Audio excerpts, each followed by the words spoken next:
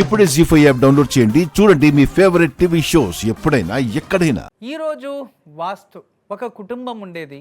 తల్లి తండ్రి ఇద్దరు పిల్లలు చాలా బాగుండేవారు, చాలా అన్యోన్యంగా ఉండేవారు. తండ్రి ఒక గవర్నమెంట్ ఎంప్లాయీ, భార్య హోమ్ మేకర్. వాళ్ళ పిల్లలు చక్కగా చదువుకొని ఒక మంచి స్థాయిలో వచ్చారు. చాలా ప్రేమగా, అంటే ప్రతిరోజు కూడా వాళ్ళు అందరూ కలిసే భోజనం తినేవారు. ఒకరినొకరు వదిలి భోజనం తినేవారు కాదు. రాత్రి ఎంతసేపు అయినా వెయిట్ చేసేవారు. తండ్రి కూడా సమయానికి ఇంటికి వచ్చి భోజనం తినేవారు. అతనికి ఎటువంటి చెడు అలవాట్లు ఏమీ ఉండేది కాదు. తర్వాత వాళ్ళు పిత్రాజిత ఆస్తి కాస్త వచ్చింది, దాన్ని అమ్ముకున్నారు. అందుతో ఒక పెద్ద ఇల్లు కట్టుకోవాలి, మనం బాగుండాలని ఉన్న ఆస్తులు అమ్మేసి ఒక మంచి సైట్ తీసుకొని, కాస్త గవర్నమెంట్ ఎంప్లాయ్ కదా లోన్ వస్తుంది అని లోన్ పెట్టుకొని చక్కగా ఇల్లు కట్టుకున్నాడు. ఇల్లు వెళ్ళిన తర్వాత 1 year వాళ్ళకి ఏం అనిపించలేదు. ఏదో భర్త ఇల్లు కట్టాడు, కాస్త అప్లేమన్నా అయిందేమో, అందుకే లేటుగా వస్తున్నారులే, ఉదయం త్వరగా వెళ్ళిపోతున్నారు, అందుకే ఆ టెన్షన్లో ఇంట్లో మాట్లాడతలేదు అనుకున్నారు. పిల్లలు కూడా పెరిగి పెద్దోళ్ళు అయ్యారు, ఇంకా ఫ్రెండ్స్ అవి ఇవి తిరుక్కొని ఉండారేమో, అందుకే లేటుగా వస్తున్నారు అనుకున్నారు.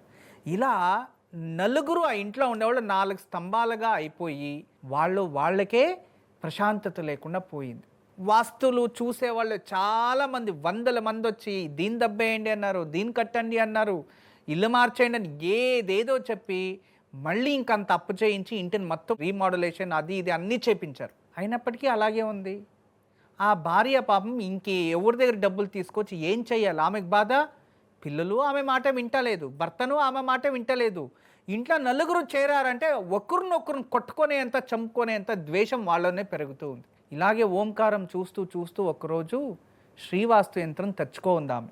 అది చాలా రోజులకు ముందు జరిగింది. తెచ్చుకున్న తర్వాత ఇంట్లో పెట్టుకోంది. 6 నెలలు టైం తీసుకుంది ఆమె ప్రాబ్లం అంతా సాల్వ్ అవ్వడానికి.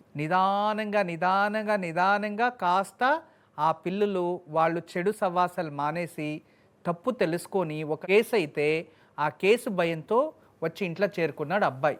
అమ్మాయి ఇక వాళ్ళ ఇంట్లో ఏదో తెలిసి వాళ్ళు వార్నింగ్ ఇవ్వడం వల్ల వచ్చి చేరుకున్నారు.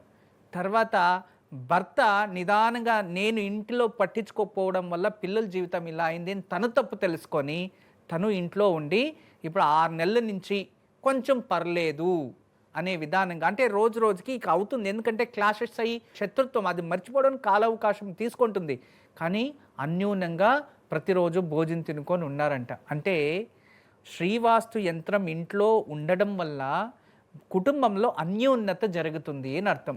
కొన్ని వాస్తు దోషాల వల్ల ఈ కుటుంబంలో పెద్దవారు పిల్లలకి, లేదా పిల్లలకి పెద్దవారికి శత్రుత్వము, లేదా వాళ్ళు ఒకరినొకరు చూస్తే కోపము అనేది ఉంటుంది కదా, దానికి కూడా ఇది గొప్ప రెమెడీ.